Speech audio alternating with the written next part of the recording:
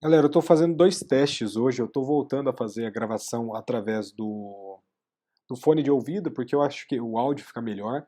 E outra coisa é que eu estou tentando não ficar franzindo minha testa. Minha mãe vê meus vídeos, tá? Isso é um pouco constrangedor, mas ela falou eu vou ter rugas. Então eu tenho que parar de ficar fazendo assim com a testa. Ela fala que eu fico com cara de bravo, então eu preciso sorrir mais. Então eu estou tentando sorrir mais, mas não sei, acho que a gente fica concentrado demais, né? É muito difícil gravar a aula e por isso que tem que ter o reconhecimento para quem trabalha na plataforma em EAD de uma forma séria e responsável, porque de fato é algo desafiador, né? Então a gente tenta sempre entregar o nosso melhor e às vezes a gente fica tão concentrado, falando e esquece um pouco da espontaneidade que a gente sempre tem em sala de aula. Então a gente está tentando, até mesmo eu estou mudando um pouco isso para tentar fazer alguns vídeos mais leves, vamos dizer assim, né? Porque eu acho que os primeiros vídeos eles estavam muito puxados, muito pegados. Não sei se a turma prefere assim, mas creio que não. Creio que prefiram vídeos mais tranquilos, mais diretos, mais objetivos. E agora a gente vai trabalhar mais um vídeo bem objetivo, um tema bem interessante, um tema que cai bastante também em concurso público, exame da ordem, que são as nossas presunções de paternidade, tá? Mas para nós falarmos de paternidade propriamente dita e a sua presunção, a gente tem que ter o conceito em mente, que é o nosso conceito de filiação. E o que é a filiação? É uma relação jurídica estabelecida, decorrente entre um parentesco por consanguinidade ou outra origem, estabelecida particularmente entre os ascendentes e descendentes de primeiro grau. Então você com o seu pai tem um vínculo de filiação, um vínculo jurídico, uma relação jurídica de filiação. Seu filho com você também. Então, quando você tem um vínculo direto ali de primeiro grau, desculpa, a gente tem uma relação jurídica decorrente de um parentesco por filiação. Em suma, vai se tratar de uma relação jurídica existente entre os pais e os filhos, e a gente tem o nosso dispositivo 1596 do Código Civil, que a gente já trabalhou com ele, que vai consagrar o princípio ali da igualdade entre os filhos e repetindo o que constava no nosso artigo 227, parágrafo 6º da Constituição. Então, por isso que eu falei no primeiro vídeo que, apesar da nossa codificação civil separar ali as duas modalidades de filiação dos filhos havidos dentro e fora do casamento, enfim, a gente tem algo que é até mesmo preconceituoso, que o Código não obedeceu o comando legal do parágrafo 6º do 227 da Constituição Federal. Então a gente já trabalhou sobre o princípio da igualdade entre os filhos lá nas nossas primeiras aulas, né? Acho que foi a segunda, terceira aula que a gente trabalhou dos princípios, e agora a gente vai analisar o primeiro ponto, nosso primeiro artigo de fato interessante para a aula de hoje, que é o nosso artigo 1597 do Código Civil, e esse dispositivo vai trazer para nós as presunções de paternidade e merece ali uma atenção e um estudo aprofundado. Então, o que o nosso artigo 1597 fala para nós? Presumem-se, na constância do casamento, os filhos. Dois pontos. Inciso primeiro, nascidos 180 dias, pelo menos depois de estabelecida a convivência conjugal. Inciso segundo, nascidos nos 300 dias subsequentes à dissolução da sociedade conjugal por morte, separação judicial, nulidade e anulação do casamento. Terceira hipótese, terceiro inciso, havidos por fecundação artificial homóloga, mesmo que falecido o marido. Isso vai ser interessante para a questão da bioética, do biodireito, que é muito estudado aí frequentemente, mais recente, né? Havidos a qualquer tempo, nosso inciso quarto, havidos a qualquer tempo, quando se tratar de embriões excedentários decorrentes de concepção artificial homóloga. E o inciso quinto, finalmente, havidos por inseminação artificial heteróloga, desde que tenha autorização do marido. Então, aparentemente, os dois primeiros incisos não têm muito segredo, ou seja, nascidos 180 dias, pelo menos, depois de estabelecida a convivência conjugal.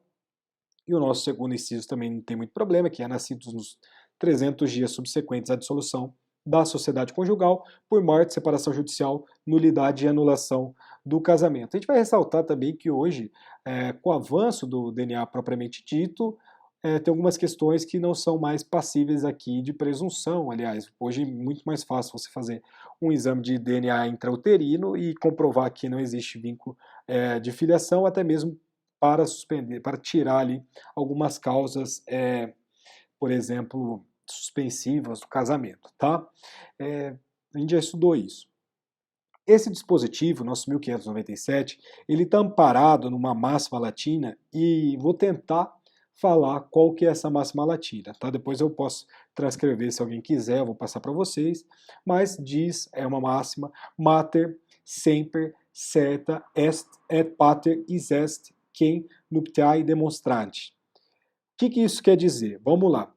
A maternidade é sempre certeza e a paternidade que decorre da situação de casados. Então a gente tem uma presunção de maternidade praticamente absoluta, tá?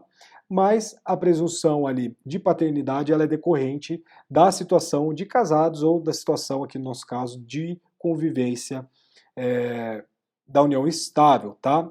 Mas vale ressaltar que essa regra, uma regra latina que acompanhou os séculos, ela perdeu uma relevância prática. Por quê? Porque na maternidade, a maternidade, no caso, nem sempre é certa. E olha que coisa interessante e até mesmo absurda. Por quê? Porque existem inúmeros casos de troca ou subtração, infelizmente, de recém-nascidos em maternidades, a motivar aqui uma eventual ação de investigação de maternidade. Isso é muito interessante, tá? É algo complicado, é algo triste, sensível, mas existe sim ação de investigação de maternidade, e esse problema ele tem sido debatido pela jurisprudência nacional, em particular no que se concerne a eventual indenização por danos morais, por danos, então, portanto, extrapatrimoniais, em face do hospital ou da maternidade. Depois eu posso juntar até mesmo umas emendas, mas fica a sugestão do Tribunal de Justiça de São Paulo, tem a apelação 9217539, dígito 61-2008-826.000, que vai trabalhar lá acerca dessa responsabilidade civil. Vou dar uma passada aqui na ementa para vocês terem isso de uma maneira mais clara, tá? Tá lá, ó, responsabilidade civil, indenização, dano moral, troca de bebês na maternidade, entidade hospitalar que tem o dever de zelar pela correta identificação dos recém-nascidos, negligência verificada, responsabilidade da ré caracterizada, dano moral configurado, verba arbitrada que, contudo, revela-se excessiva, redução determinada, distribuição do ônus da sucumbência mantida. Então a gente tem aqui casos, vários casos, na realidade, até mesmo no Rio de Janeiro também, São Paulo, de pessoas buscando a justiça através de uma ação de investigação de maternidade para fundamentar uma eventual ação de reparação por danos extrapatrimoniais acerca ali em face do hospital maternidade, tá? Relativamente à presunção da paternidade propriamente dita, esta cedeu um espaço à busca da verdade biológica, né, por meio da realização do exame de DNA, tá? Então, o nosso exame de DNA é algo que avançou e modificou todos os paradigmas que nós tínhamos acerca dessa presunção de paternidade. E a gente tem que no nosso país, aqui, principalmente nas décadas ali de 1980 e 1990, que houve uma busca desenfreada por essa verdade biológica, o que foi possível graças a essa evolução científica trazida, né, com o nosso DNA. Então, isso alterou, de fato, os nossos paradigmas aqui no que se refere às questões da filiação. Então, apesar dessa perda dessa relevância prática, os incisos do nosso comando legal, que a gente mencionou aqui, eles são aplicáveis em situações específicas, principalmente aqui em casos envolvendo o casamento. Então, quando a gente tem o casamento, a gente tem aplicação de uma maneira mais específica desses institutos, tá?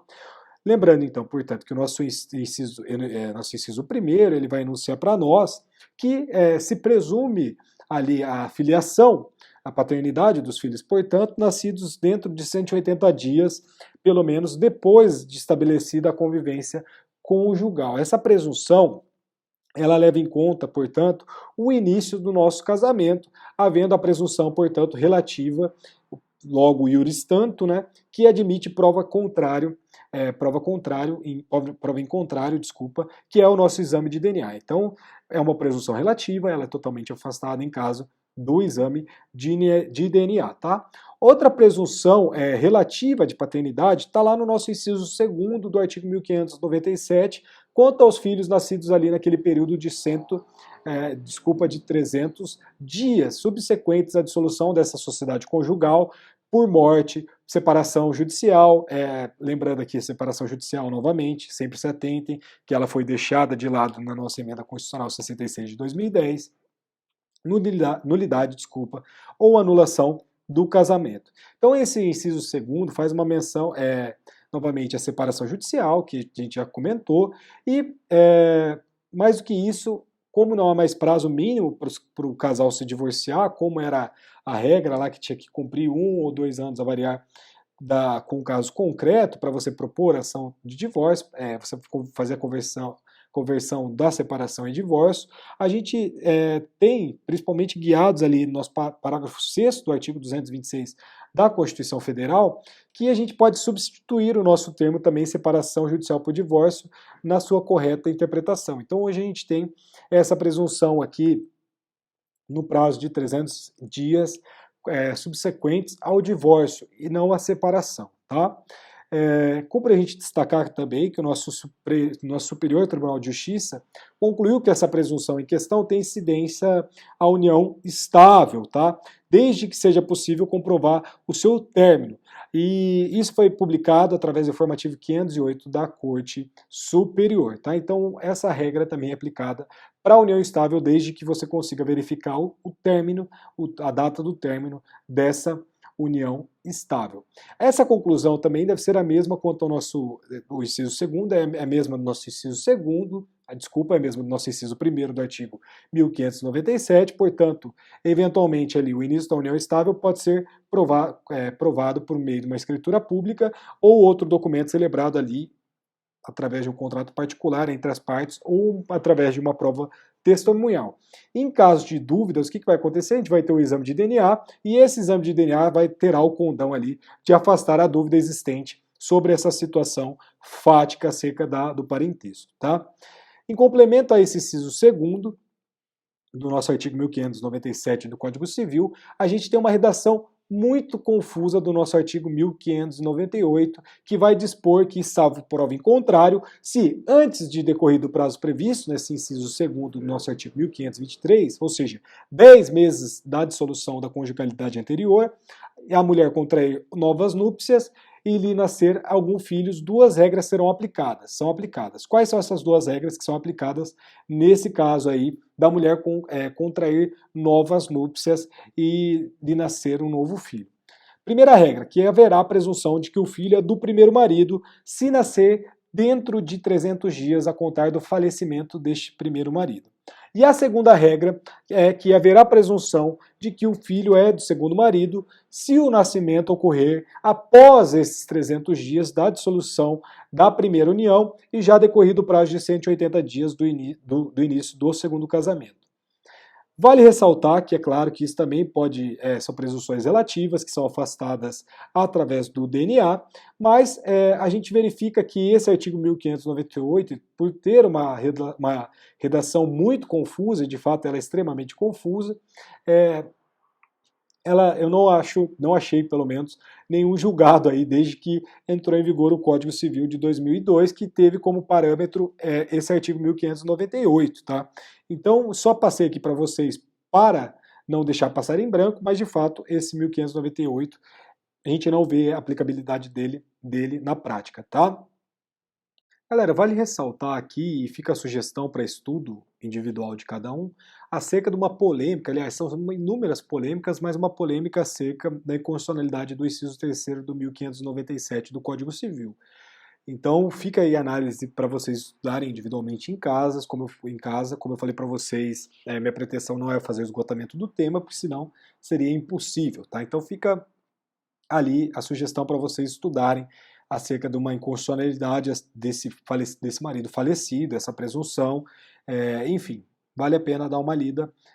Tem tudo isso na maioria das obras e, claro, a gente indica o professor Flávio Tartucci, que é o autor que eu mais adoto aqui na disciplina, para vocês, conjuntamente com a Maria Berenice Dias, né, para vocês darem uma olhada nesse ponto aí que é muito interessante, tá?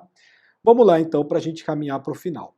As presunções destacadas no inciso 3º, 4º e 5º do nosso 1597 do Código Civil devem ser aplicadas nos casos de união estável?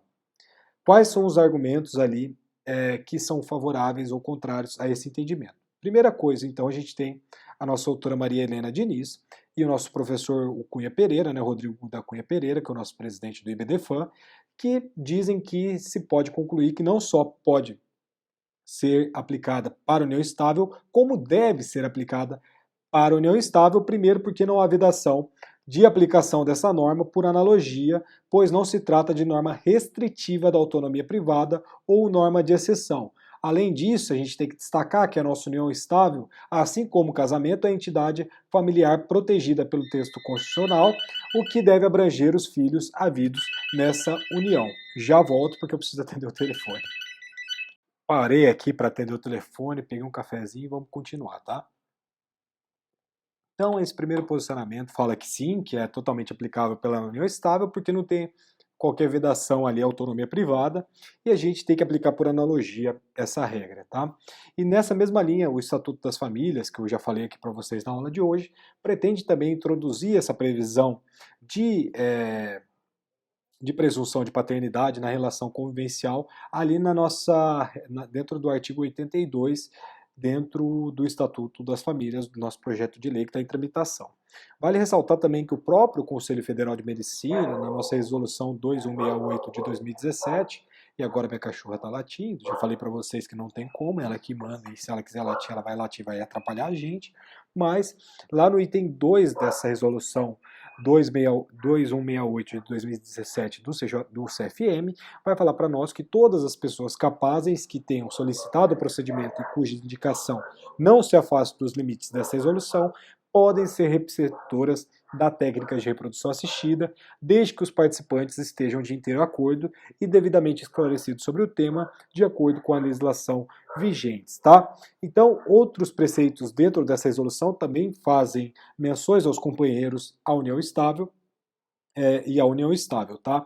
Então, tanto ali até mesmo dentro dessa resolução do CFM, vai consagrar essa possibilidade dos companheiros fazerem uso de tais técnicas, sem maiores problemas.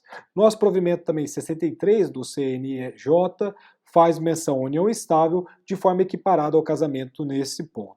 Nesse mesmo caminho, enunciado 570 do CJF, aprovado na 4ª Jornada de Direito Civil, que vai falar ali para nós que o reconhecimento de filho à vida e união estável fruto da técnica de reprodução assistida heteróloga, a pátria, né, consentida expressamente pelo companheiro, representa a formalização do vínculo jurídico de paternidade e filiação, cuja constituição se deu no momento do início da gravidez da companheira. Aqui está um ponto interessante, porque a gente tem alteração ali da própria reprodução através da autorização, tá? Então a gente tem a autorização suprindo todos os pontos necessários para a caracterização da presunção de paternidade.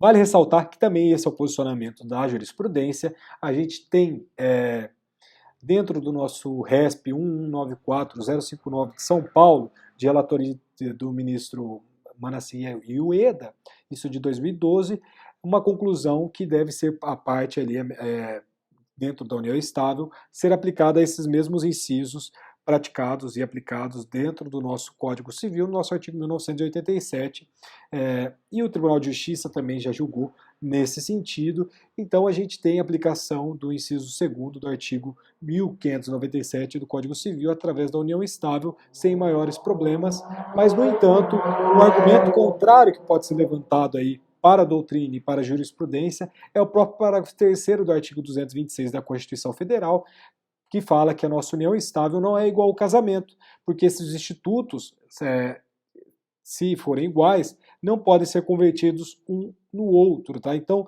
mesmo sendo plausível esse argumento, no meu ponto de vista, acompanhado pela doutrina e pela jurisprudência aí majoritária, a gente vai entender que não, que esse dispositivo não pode ser utilizado, pois a nossa norma do artigo 1597 visa proteger as entidades familiares caso, por exemplo, da nossa união estável. E o último ponto que eu quero trabalhar com vocês agora na aula de hoje é a nossa questão 2. A gente vai trabalhar 6 questões referentes a esse polêmico artigo 1597 do Código Civil, e a nossa segunda questão é que se seria possível a nossa inseminação artificial heteróloga em casos de união homoafetiva. Primeira questão, na nossa doutrina jurídica, e é muito interessante isso, é que a nossa entidade homoafetiva, a nossa união homoafetiva, ela não é considerada entidade familiar. Se a gente adotasse esse posicionamento, e tem gente que adota esse posicionamento, a resposta seria que não seria possível esse casal homossexual fazer uso da nossa inseminação heteróloga para ter filhos. Nesse sentido, a nossa Maria Helena Diniz, ela vai falar pra gente, e vai lembrar de um fato interessante, que na Suécia isso é vedado, por exemplo, enquanto nos Estados Unidos essa prática é totalmente permitida. Já no nosso Brasilzão da massa, diz que o projeto de lei 90/1999, olha, tem um projeto de lei lá de 1999 que tenta vedar o direito à reprodução assistida a mulheres solteiras e a casais homossexuais. Então a gente tem um ponto da doutrina que tem esse entendimento, tá? Já numa segunda linha doutrinária, uma segunda linha que eu também acabo interpretando como a mais correta, que é encabeçada pela nossa professora Maria Berenice Dias, ela vai entender que, na realidade, é cada vez mais comum que casais homossexuais fazerem uso dessa técnica de banco de material reprodutivo, o que permite dar no casal ali, né, do par ser o pai ou ser a mãe biológica, enquanto o outro fica excluído ali da relação de filiação. Portanto, não haveria qualquer restrição e nem pode haver qualquer obstáculo legal para impedir o uso de tais práticas, tá? Entende que a Maria Berenice Dias que em situações tais deve-se considerar que a criança tem 2 pais ou 2 mães, pois, caso contrário, haverá preconceito. E a gente sabe muito bem isso, tá? Esse posicionamento segue uma linha de pensamento de que a nossa união afetiva constitui uma entidade familiar, e novamente a gente já trabalhou isso exaustivamente nas nossas aulas aqui da disciplina de Direito das Famílias, que sim, a nossa união afetiva é sim uma entidade familiar, e isso vem sendo confirmado pelos tribunais superiores nacionais através do informativo, por exemplo, 625 do STF sobre a união estável homoafetiva e o informativo 486 do STJ, aliás, do STJ, exatamente, sobre o casamento homoafetivo. A gente tem 2 grandes informativos que equiparam a essas entidades familiares, tá? Em verdade, como a gente já verificou também, que sempre houve esse embate doutrinário e jurisprudencial no Brasil a respeito desse reconhecimento da união homoafetiva como uma entidade familiar, porém, se a nossa tendência é desse reconhecimento da união homoafetiva como família, essa sim, portanto, deve concorrer com todos os efeitos e todos os fins ali, inclusive, claro, para a filiação e o uso dessas técnicas de reprodução assistidas. E nessa linha de pensamento, o nosso CFM também, lá na resolução 1957 de 2010, parecia ali autorizar o uso da técnica por casais homoafetivos, porque não existia qualquer restrição, mas mencionava que essas pessoas fossem apenas capazes, tá? Já na nossa resolução de 2017, que está em vigor, a gente já falou sobre isso, que é a 2168, em substituição às nossas outras, né, que já traziam essa possibilidade, é clara no sentido de que é permitido o uso das técnicas de RA para relacionamentos homoafetivos e pessoas solteiras, respeitando o direito de objeção de consciência por parte do médico, e é permitida a gestação compartilhada em união homoafetiva feminina e que não existia e não exista infertilidade. Considera-se gestação compartilhada a situação em que o embrião, obtido a partir de fecundação do ócitos, né, de uma mulher, é transferido para o útero de sua parceira. Pontua-se que nessa frase, que é a respeito do nosso casal homoafetivo feminino, e a definição dessa gestação compartilhada não constava na nossa resolução anterior, que é lá de 2015, sendo uma das grandes novidades trazidas por essa nova norma ético-legal, né, ético-médica, desculpa, visando ampliar e explicar essa ideia que a gente tem. Concretizando essa ideia da possibilidade de casais homoafetivos e as mulheres solteiras, da reprodução assistida, de utilizar a reprodução assistida. Já no final do ano de 2012, o Superior Tribunal de Justiça, através do informativo 513 da nossa Corte Superior, decidiu, e aqui vale a pena também ler a ementa para vocês, acerca da possibilidade dessa reprodução assistida nesses casos, tá? Então, tá lá. Direito civil, adoção, concessão de adoção unilateral do menor fruto da inseminação artificial heteróloga à companheira da mãe biológica da adotanda. A adoção unilateral prevista no artigo 41, parágrafo 1º do ECA, pode ser concedida à companheira da mãe biológica da adotanda, para que ambas as companheiras passem a ostentar a condição de mães, na hipótese em que a menor tenha sido fruto da inseminação artificial heteróloga com um doador desconhecido, previamente planejada pelo casal no âmbito de união estável ou homoafetiva, presente ademais a anuência da mãe biológica, desde que não exista prejuízo para a adotanda. O o Supremo Tribunal Federal decidiu ser plena a equiparação das uniões estáveis homoafetivas às uniões estáveis heteroafetivas, o que trouxe como consequência a extensão automática das prerrogativas já outorgadas aos companheiros da união estável tradicional àqueles que vivenciem uma união estável homoafetiva. Assim, se a adoção unilateral do menor é possível ao extrato heterossexual da população, também o é a fração homossexual da sociedade. Deve-se advertir, contudo, que o pedido de adoção se submete à norma princípio fixada no artigo 43 do ECA, segundo a qual a adoção será deferida quando apresentar reais vantagens para a adotanda. A gente vai estudar isso muito mais aprofundadamente, tá? Nesse contexto, estudos feitos no âmbito da psicologia afirmam que pesquisas têm demonstrado que os filhos de pais ou mães não apresentam comprometimento e problemas em seu desenvolvimento psicossocial quando comparados com filhos de pais e mães heterossexuais. Dessa forma, a referida adoção somente se mostra possível no caso de inexistir prejuízo para a adotanda. Além do mais, a possibilidade jurídica e a convivência do deferimento do pedido de adoção unilateral deve considerar a evidente necessidade de aumentar e não de restringir a base daqueles que desejam adotar, em virtude da existência de milhares de crianças que, longe de quererem discutir a orientação sexual dos seus pais, anseiam apenas por um lar. Isso é muito interessante, foi um julgado lá de 2012, a gente tem vários outros julgados nos tribunais estaduais acerca disso, tá? Então, sim, é totalmente possível hoje a gente ter a reprodução assistida para casais homossexuais e também para mães solteiras. Finalizamos a aula de hoje. A aula que vem a gente vai finalizar essa parte aqui dessas polêmicas do artigo 1597 do Código Civil e avançar para a ação de reconhecimento de paternidade propriamente dita, tá? Então, muito obrigado pela aula de hoje. Qualquer dúvida, a gente está lá no WhatsApp, podem mandar, tem bastante gente que não é da própria faculdade que também está acompanhando as aulas aqui pelo YouTube. Galera que não é meu aluno formal, de forma formal, né? Se tiverem alguma dúvida também pode mandar aqui no YouTube que eu respondo o mais rápido possível. E é isso. Muito obrigado e até sexta-feira. Valeu, gente!